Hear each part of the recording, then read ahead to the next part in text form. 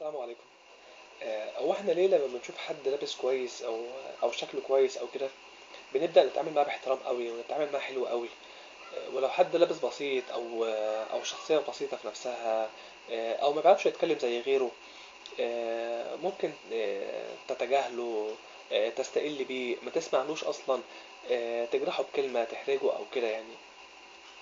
اصل احنا في النهاية واحد يعني، ولا هي بالمظاهر ولا بالشكل ولا بالكلام ده خالص.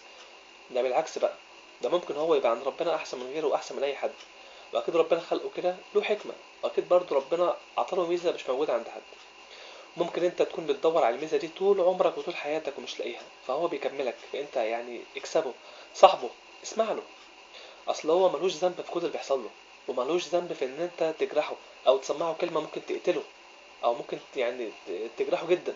ممكن تبقى الكلمة دي بالنسبة لك بسيطة، لكن بالنسبة له حاجة صعبة قوي وبيفكر فيها طول اليوم.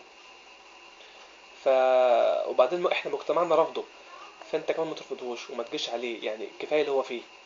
وبعدين الناس كلها اصلا مضغوطه، والناس كلها تعبانه، والناس كلها اللي فيها مكفيها، كل واحد اللي فيه مكفيه. فبلاش انت تضغط على الناس زياده وما تجيش على الناس زياده، محدش مستحمل كلمه من حد. احنا في النهايه بنكمل بعض. هو كله مشكلته ان هو مش لاقي اللي يسمع له، مش لاقي حد يفهمه. لان احنا كلنا بنبص على الانسان من بره، ان هو من بره بسيط هيبقى من جوه بسيط.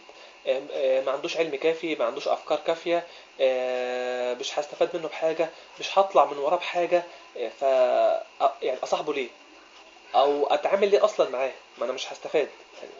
بالعكس، بالعكس، ده عنده حاجات بجد مش موجوده عند حد، وحاجات يمكن دلوقتي انعدمت خلاص في وسطينا، تاهت في وسطينا خلاص. البراءة والطيبة والخير، فهو جواه كل الحاجات الحلوة دي. فانت طلعها منه، طلعها جواه يعني، دور جواه. واسمع له بجد، هو محتاج حد يسمع له. على الاقل لو انت حتى مش عايز تعمل كل ده، على الاقل ما تجرحوش، ما تضايقوش بكلمة. احنا كلنا في النهاية بنكمل بعض.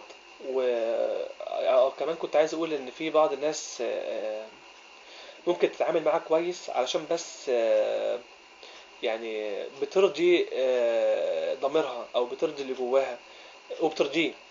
فده برضو بيضايقه جدا، وبتجرحه جدا كده، وبيحس بالنقص، بيحس ان انت يعني بتعامله معاملة خاصة علشان هو عنده ظروف معينة.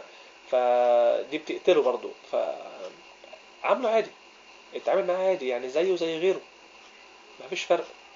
بس السلام عليكم.